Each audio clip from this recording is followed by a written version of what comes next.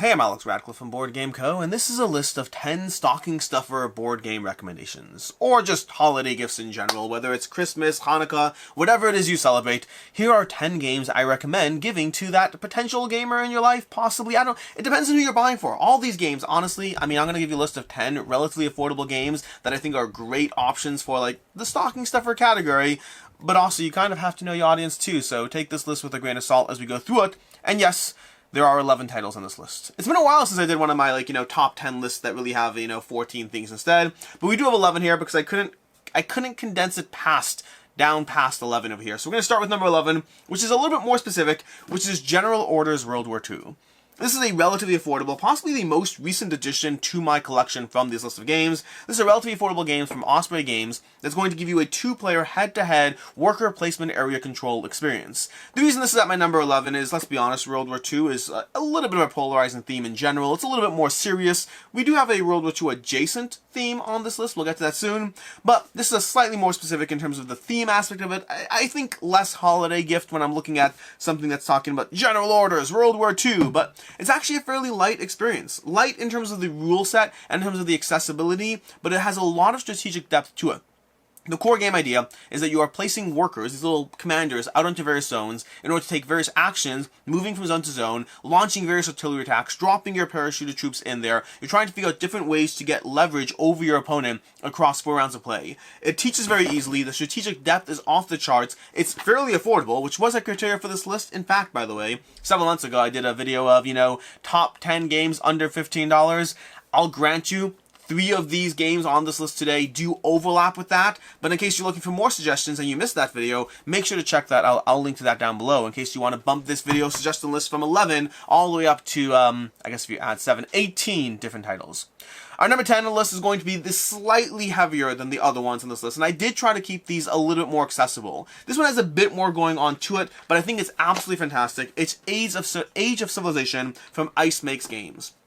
This gives you a civ building experience in a tiny box at an affordable price point in 30 minutes. And it gives you so many different civilizations that the sheer variety of how the game will play out game to game is off the charts. And if this box looks dull and uninteresting, I am right there with you. I also think the box looks dull and uninteresting. Not bad, mind you, just I'm not picking this off the shelf based on the box cover, but I'm recommending it based on playing it.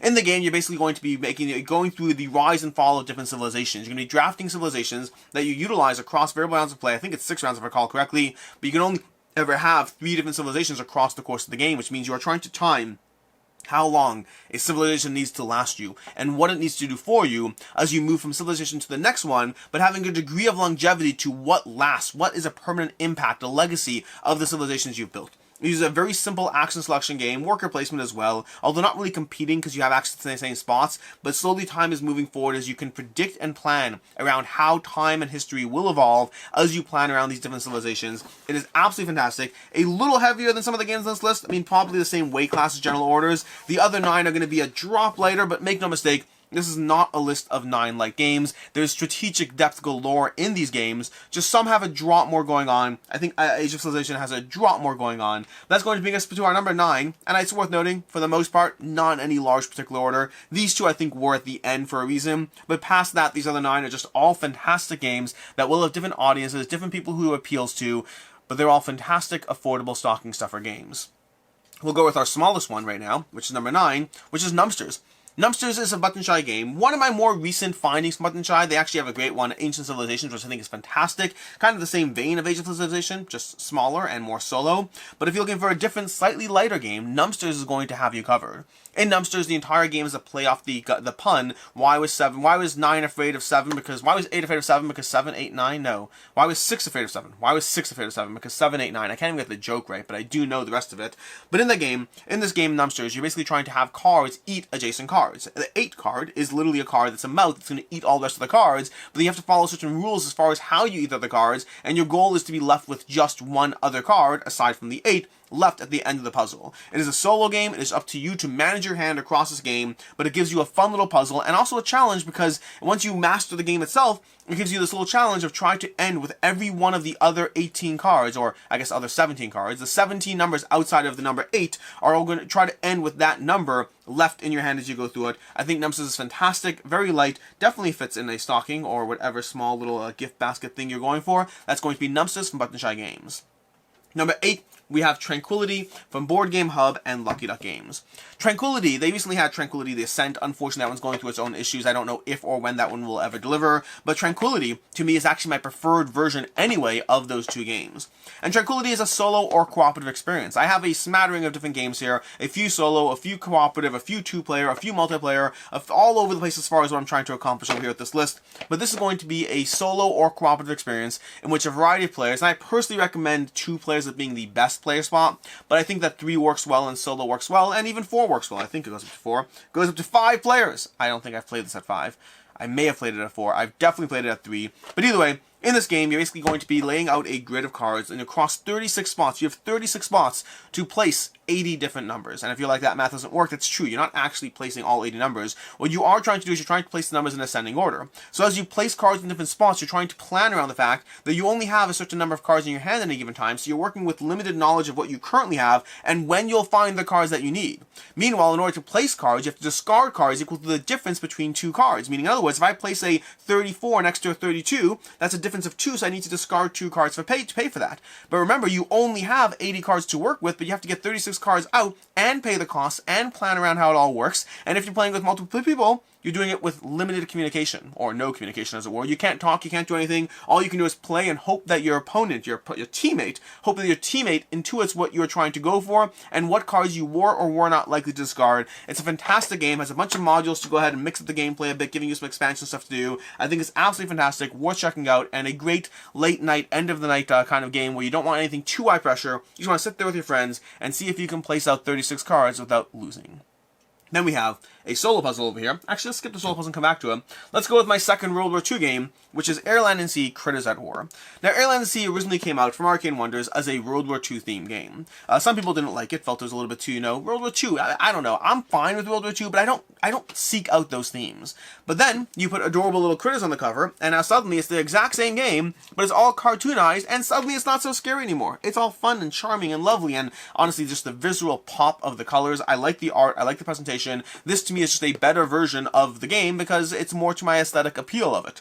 But in Air, Land, and Sea, this game gives you 18 cards to play with. 18 cards is all you have, and it's a 2-player head-to-head experience in which you're trying to outthink and outwit your opponent as you play cards to 3 different theaters of battle. You have Air, Land, and Sea, as the title might imply. But then the problem is, you have 6 cards in your hand, they have 6 cards in their hand, there are 6 cards out of the game, and you know those 18 cards. You know them. I mean, once you get a few plays under your belt, you know them. And so you start planning around, okay, great, I want to play this here, that will help me there, but I know you'll play that in response, and you'll play that back, and you'll do this, and you start trying to think through how you can actually win based on the knowledge of what you have, the assumption around your opponent might have, and as the turns go by, actually seeing things play out.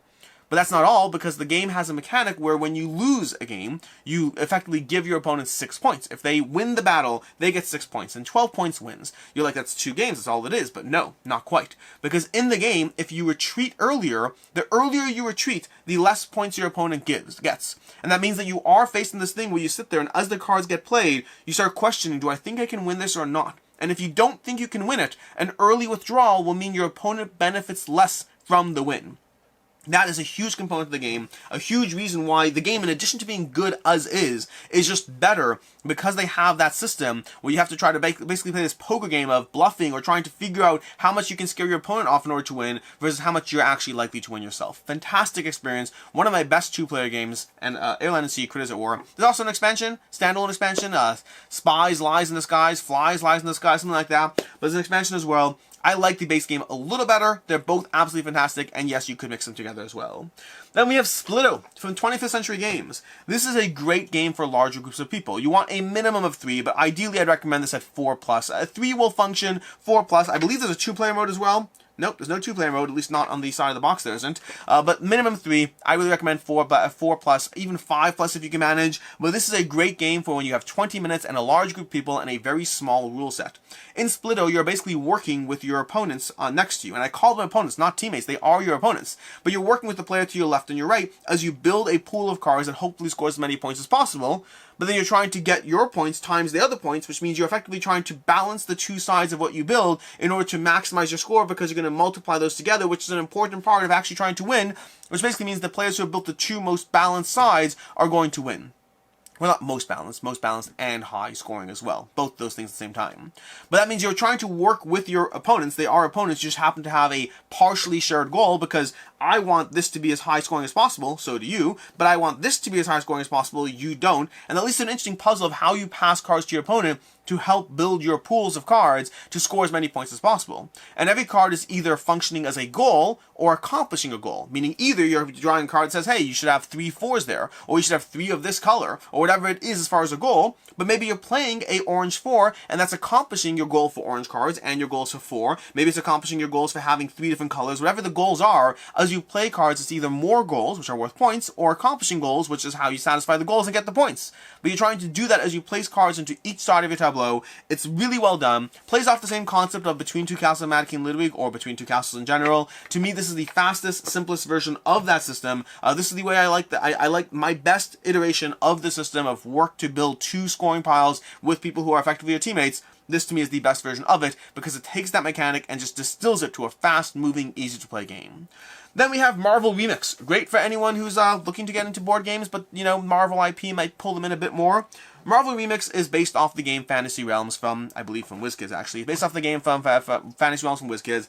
The basic idea of it is that you're going to have a hand of cards, and then every turn you're trying to gather new cards, and as you add and discard cards, what you're effectively doing is building the best hand of cards. The best hand of cards that will work together to give you the best combination of points, because every card feeds off each other. Every card's giving you things that will help accomplish criteria, but also ways of scoring, and so the entire goal is at the end of the game, by the time the game is triggered with a common discard, with 10 cards and whatever it is, you're trying to basically have the best remaining hand of cards. It's very fast playing. This game can play in as little as 15-20 minutes. You can have a fast game moving in 10 minutes, and ultimately it's giving you a familiar IP, Marvel, with something that is giving you an accessible game that is very easy to get people into gaming, to give them a reason to sit down and play. That's going to be Marvel Remix from WizKid Games. Then we have a solo pick, another solo pick. We have For Northwood over here, one of the best games on this list, if not the best game. I mean, no, Airland and Sea is pretty awesome. I'm sorry. If I'm looking at the games I'm rating a 5, there are 2 games on this list that are rated a 5. We have Airland and Sea, and then we have For Northwood over here, 5 out of 5 for me. This is a solo trick-taking game. And if you're like, solo trick-taking doesn't work, I get that. I would think that as well, but it works in this game.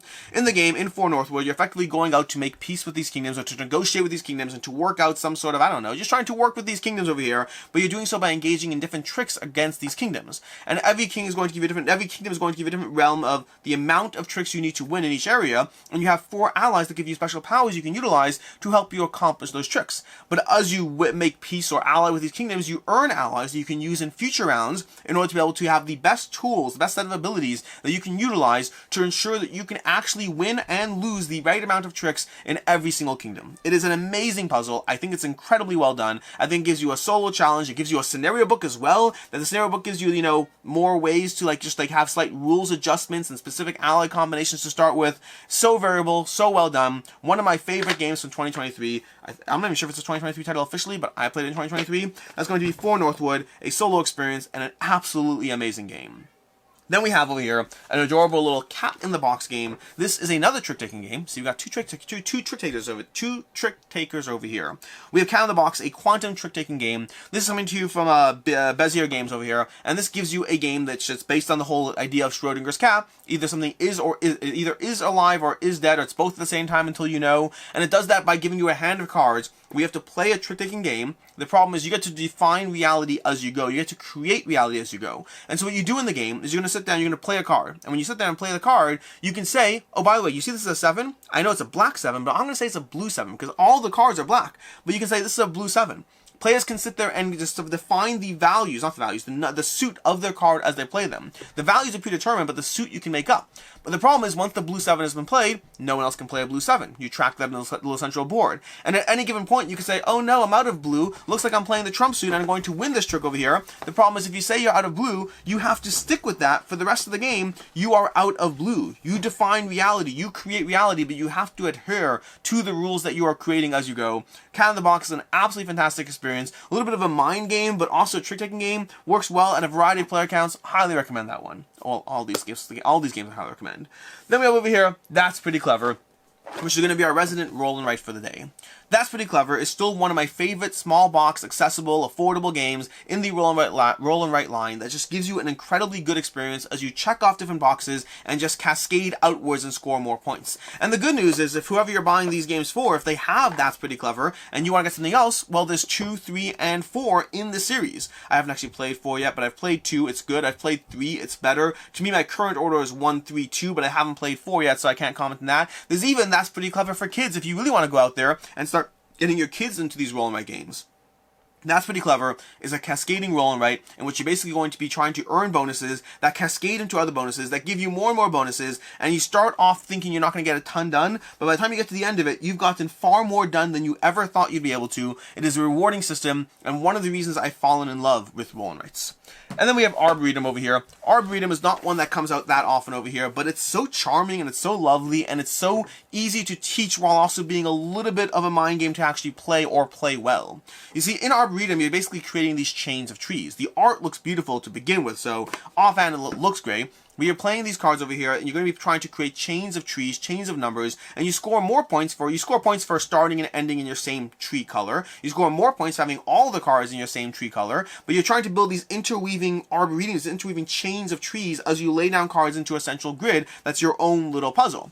The problem is, you only score for cards that you have for tree species that you have the most value in your hand at the end of it. You only score for those. So you're not just playing the game, but you have to hold back just enough to maximize your score, which adds an interesting element to the game as you see players going for different species and trying to figure out how much you put out versus how much you keep. It is brutal, it is mean, it is competitive. It's one of those games that seems simple and charming, and it is simple and charming, but when you get to the end of a game and you score nothing for that beautifully built Arboretum, that can be a punishing experience. But past that, it's a delightful game and an easy stocking stuffer recommendation. That's what we have over here. 11 games, 11 relatively affordable games. These are all on the cheaper side. I specifically chose cheaper small box games. They make for great gifts for someone who doesn't have them and is into board games. You still have to know your target audience. Are they a solo gamer, 2-player, cooperative, trick-taking? There's a variety of things that will make these good gifts, or possibly gifts that get re-gifted, depending on who or what or when or where you're getting them from. In any case, then until next time, I'm Alex Radical from Board Game Co. This is your holiday stocking stuffer gift game guide. And until next time, I hope you have a good one.